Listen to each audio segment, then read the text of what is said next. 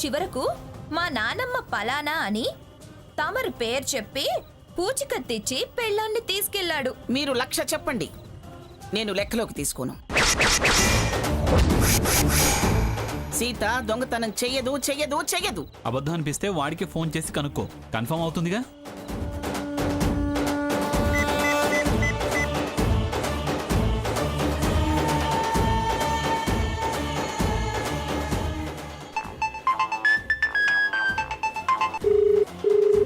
Hello నానమ్మ. ఏరా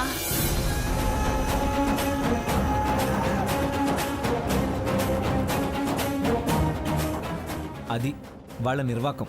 అందుకే ఇప్పుడు సీతని హాస్పిటల్లో అడ్మిట్ చేయాల్సి వచ్చింది. హాస్పిటల్లో చేర్పించావా? అంత జ్వరం వచ్చిందా? సరే సరే, మేము వచ్చేస్తున్నాం. ఏంటి పోలీసుల్ని చూసి దడుచుకుందా? ఏదో జ్వరం హాస్పిటల్ అంటున్నారు. మీరు వేసిన నింద భరించలేకపోయింది, అందుకే జ్వరం వచ్చేసింది. టైం చూసి జ్వరాలు వస్తాయా? నాటకం కాకపోతే. బుద్ధి తక్కువ పనులు చేసింది కాక మళ్ళీ బైరాగి మాటలేమిటే? బుద్ధి తక్కువ పనిచేసింది స్వర్ణ కాదు. అది అలా చేయదు ఇలా చేయదని మళ్ళీ ఇప్పుడు ఇలా అంటావే? అప్పుడైనా ఎప్పుడైనా అదే అంటాన్రా. సీతకి దొంగతనం చేసి నీ చెప్పుకోవడం లేదు, రాదు. మీరే ఏదో చేసుంటారు. ఇష్టమైన వాళ్ళు వాళ్లే కదా, అందుకే మమ్మల్ని నమ్మవు. జ్వరం హాస్పిటల్ దాన్ని మరిపించి సింపతి పొందటానికి చేస్తున్నారు. మనం అనుకున్నంత మాత్రాన జ్వరం రాదమ్మా. వారికొస్తాయి. పోవే తలక మాసిందానా. పదవయ్యా, మనం వెళ్ళి చూసొద్దాం. వెళ్ళండి వెళ్ళండి, తామరు వెళ్తే గాని జ్వరాలు తగ్గవు. పదండి. అది బాబా వాళ్ళ సంగతి. వీరికి వాళ్ళ మీద నమ్మకం. వెళితే గాని నమ్మకాలు వమ్ముకావు. వాళ్ళు అలా బులిబుచ్చి ఏడుపులు ఏడ్చి నేను నాది కాదని బిల్డప్ ఇస్తారు. మన మీద మన ఫ్రెండ్స్ మీద నెడతారు.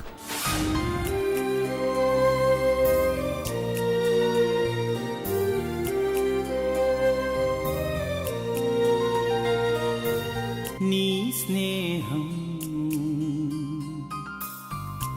ఇక రాను అని కరిగే కలగా అయినా ఈ దూరం నూరాకు అని నన్ను వెలివేస్తూ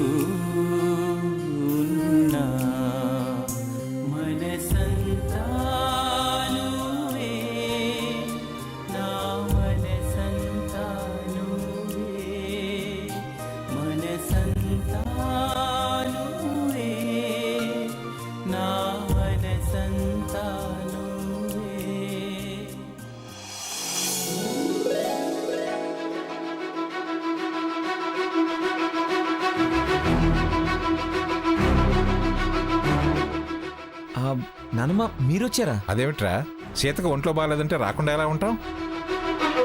ఎలా ఉందిరా సీతకి? అయినా మన హాస్పిటల్ ఉండగా ఎక్కడికి ఎందుకు తీసుకొచ్చావు? ఏదో ఒక హాస్పిటల్. ముందు సీతకు ఎలా ఉందో చెప్పరా. హై ఫీవర్ వచ్చింది తాతయ్య, ట్రీట్మెంట్ చేస్తున్నారు.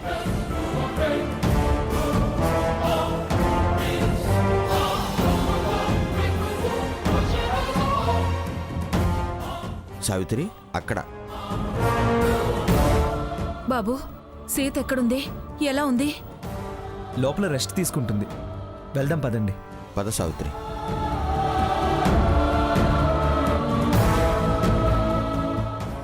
అమ్మ సీత,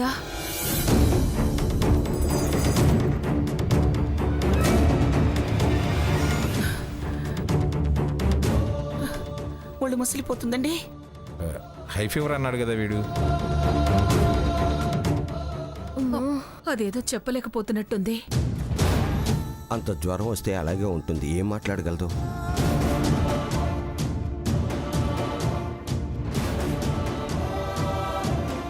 తను భయపడింది, అవమానపడింది.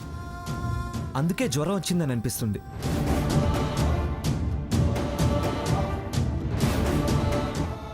ఓపిగ్గా ఉన్నంత వరకు నేను దొంగని కాదు, దొంగతనం చేయలేదు అనే మాటనే కలవరించింది. పాపిష్టి మూక, సీత మీద దొంగతనం వేయటం ఏంటి? తను పార్లర్లో చేస్తుంది కదా, హోమ్ సర్వీస్ అని వాళ్ళ ఓనర్ చెప్తే. ఏంటి పార్టీకి వచ్చావా? డ్యూటీ మీద వచ్చాను. నా డైమండ్ లాకెట్ పోయింది. ఎవరి అడ్రస్లో దొంగతనం జరిగిందని ఫోన్ చేశారు? సార్, నేను అలాంటి దాన్ని కాదు సార్. నా పూచికత్వాన్ని రాసిస్తాను.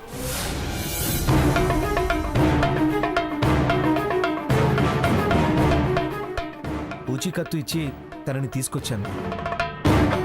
తీరా ఇంటికొస్తుంటే జనమంతా రకరకాల ప్రశ్నలతో వేధించారు.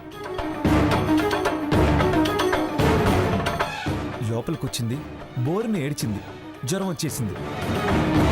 అంతేరా, జనమంతా అలాగే ఉన్నారు. పెడితే పెళ్లి కోరతారు, లేకపోతే ఇంకేదో కోరతారు అన్నట్టు తయారైపోయారు. చచ్చా, అయ్యో పాపం అనేవాళ్ళే కరువైపోయారు. అసలు స్వర్ణ అక్కడే ఉండి అలా ఎలా అన్నిచ్చింది? అననిచ్చేదేమిటి, అననిచ్చేది అందరికంటే ముందు అదే మొదలు పెట్టుంటుంది.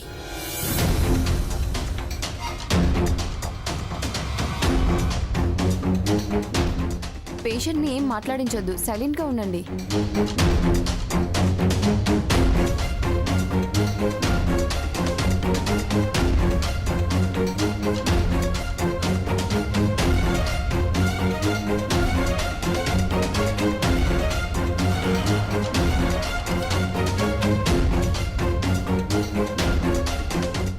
టెంపరేచర్ ఎంత ఉందమ్మా? 104 ఉందండి. మీరు ఎక్కువసేపు ఇక్కడ ఉండొద్దు, డాక్టర్ గారు వస్తారు, వెళ్ళండి.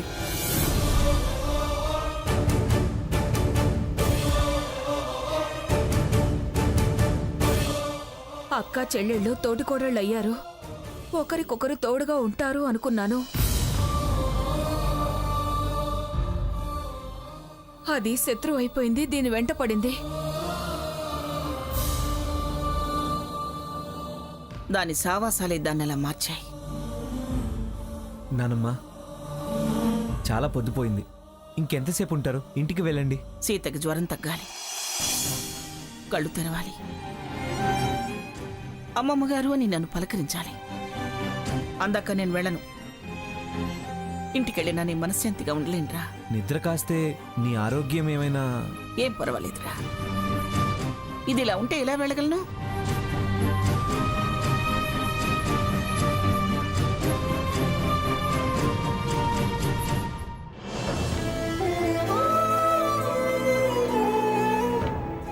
నేను దొంగతనం చేయలేదు, నేను దొంగని కాదు.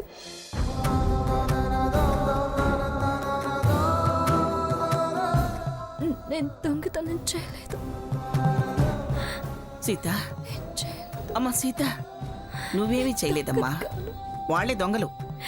నీకేమిటమ్మా, బంగారనివి. చేయలేదు. పాపం పిచ్చి మోకంది, అదే జాసలో ఉందండి. పాపిష్టి వాళ్ళు నా బిడ్డ వెనకాల పడ్డారు. మేడం, పేషెంట్ దగ్గర ఎవరో ఒకరుండి మిగతా వాళ్ళందరూ బయటికి వెళ్ళండి.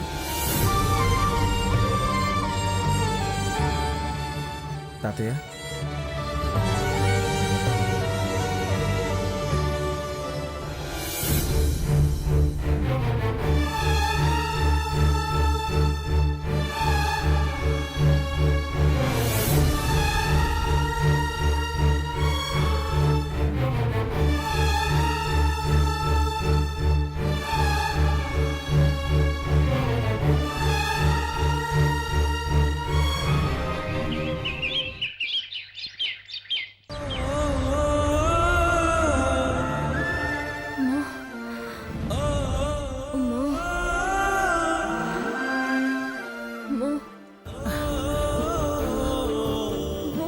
అమ్మా సీత, సిస్టర్, సిస్టర్, చెప్పండి మేడం. ఒకసారి టెంపరేచర్ చూడమ్మా. అలాగే.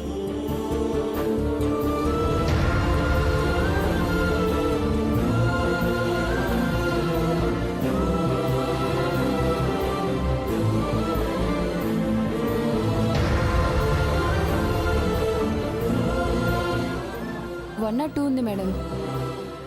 కొంచెం తగ్గింది.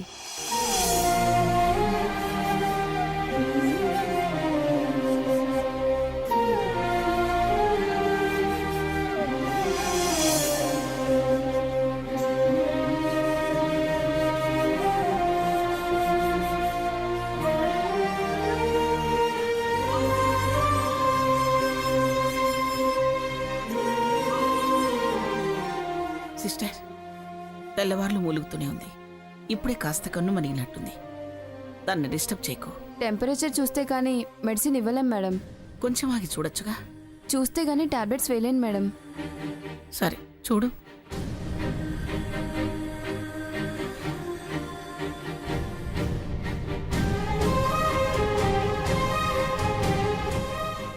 జ్వరం తగ్గిందమ్మా? నార్మల్కి వచ్చింది. అమ్మయ్యా.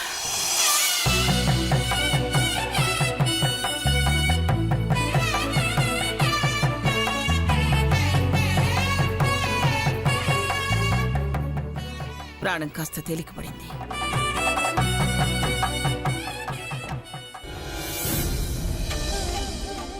మంగమ్మ గారు, మంగమ్మ గారు, అమ్మా మంగమ్మ గారు. నమస్కారం పంతులు గారు. నమస్కారం అండి. తమరు నానమ్మ గారు. ఒక్క నిమిషం. గ్రానీ, గ్రానీ, తాతయ్య. రాత్రనగా వెళ్ళిన వాళ్ళు ఇంకా రాలేదు. సీతా మహాలక్ష్మి సేవలో తరిస్తున్నారేమో బావా. ఈలోగా వస్తారేమో చూద్దాం. పంతులు గారు, అన్నప్రాసనకి కావాల్సిన సామాన్లన్నీ అక్కడున్నాయి. మీరు ఆ ఏర్పాట్లు చూడండి. బాబా, ఓసారి కాల్ చేయి వాళ్ళకి.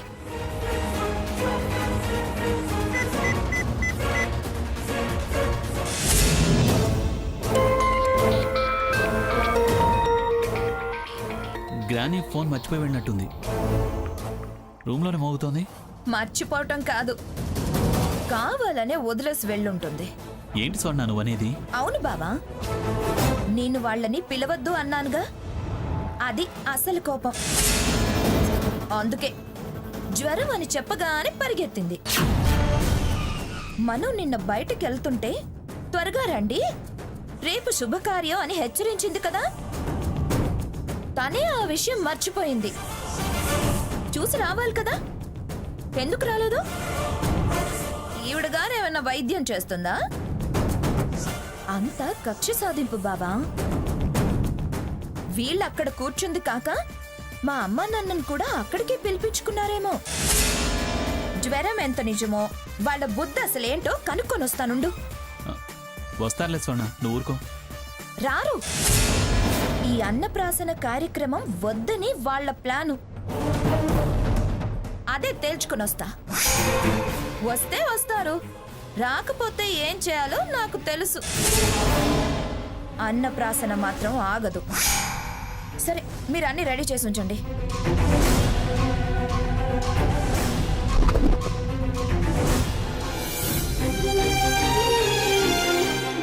నమస్కారం మేడం. నమస్తే. నమస్తే.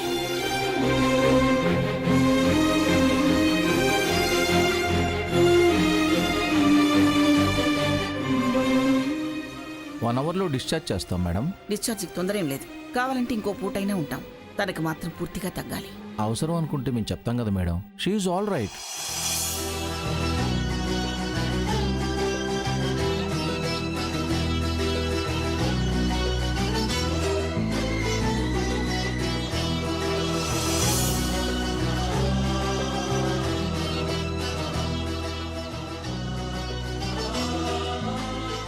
అమ్మమ్మ గారు,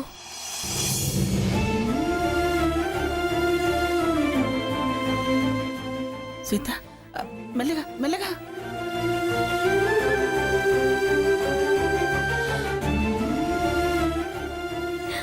పిచ్చిదానా, ఎందుకు ఏడుస్తున్నావు? జ్వరం తగ్గిపోయిందిగా. జ్వరం గురించి కాదమ్మమ్మ గారు, నేనే దొంగతనం చేయలేదు. బుద్ధి లేని వాళ్ళు అన్న మాటలు పట్టించుకుంటావేమిటి? నిన్ను దొంగ అన్నవాళ్లే పెద్ద దొంగల ముఠ. అవునే, ఆ పనికి మాలినోళ్ళు అన్న మాటలు పట్టుకొని నువ్వు బాధపడితే ఎలా? నువ్వు నా కూతురివమ్మా. దొంగలకి బుద్ధి చెప్పేదానివే కానీ దొంగతనం చేసేదానివి కాదమ్మా.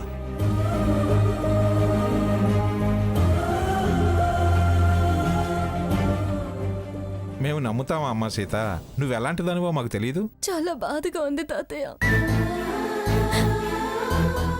సీత, నువ్వు అలా మూసిని కన్ను తెరవకుండా పడుకుంటే మేవుగా లేవమ్మా. నువ్వు అమ్మమ్మ గారు అని పిలిచాకే నాకు ప్రాణం వచ్చింది. ఏడవకు, ఏడవకమ్మా. సీత,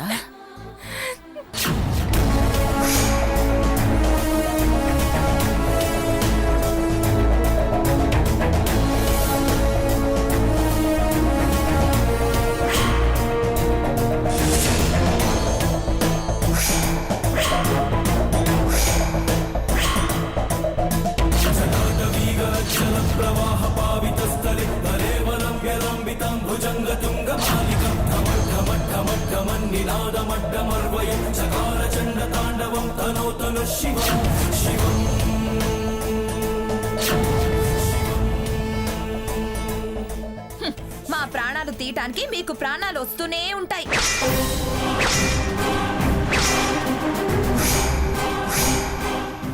నా మనవడు, నా ముని మనవడు, వాణ్ణి పెంచా, వీణ్ణి పెంచుతా, వీడంటే ప్రాణం, వాడంటే ఊపిరి అని అన్ని కబుర్లు చెప్పి వాడి అన్నప్రాసనాన్ని తెలిసి కూడా వదిలేసి ఇక్కడ జాగారం చేయటమేంటి? దొంగల్ని ఓదార్చి ధైర్యాలు చెప్తున్నారా?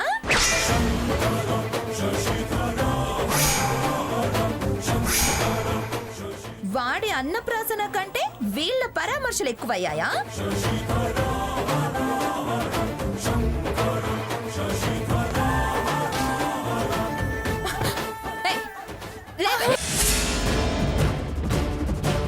నువ్వు రా అమ్మమ్మ, అమ్మమ్మ, నువ్వు రా.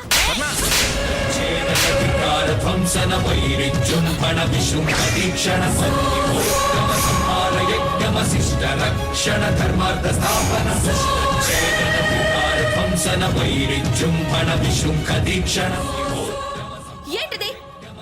దొంగల్ని ఒళ్ళు పడుకోబెట్టుకొని దొంగ అన్నోల్ని కొడతావు?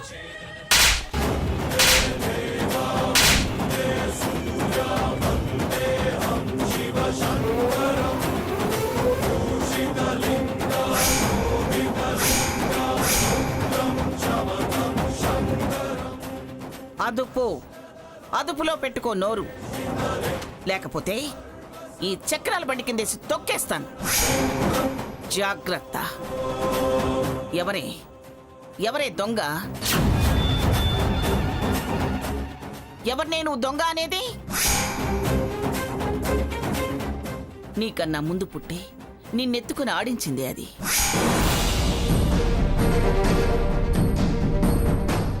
బుద్ధులు సుద్దులు చెప్పిన నీ అక్కని ఇప్పుడు నువ్వు దొంగ అంటావా? నీకోసం, నీ కాపురం కోసం నీ తప్పులు తన మీద వేసుకుని నిన్ను కాపాడినాది ఇవాళ దొంగ అయిందా?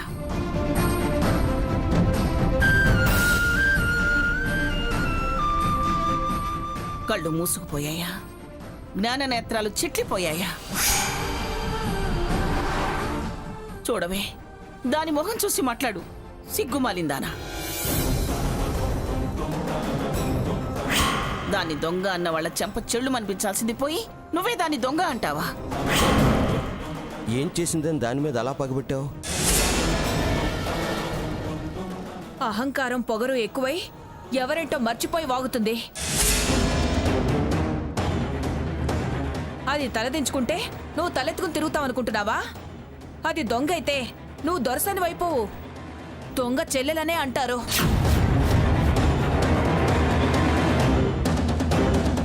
చేసిన సాయం, పడ్డ శ్రమ మరిచి ఉమ్మేయాలని చూస్తున్నావా?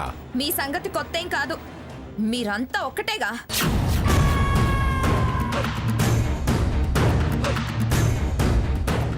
కాదు కాదు అని వాదిస్తున్నారు. అయినా మీరు అక్కడున్నారా? జరిగింది తెలుసా? రెడ్ హ్యాండెడ్ గా పట్టుబడింది.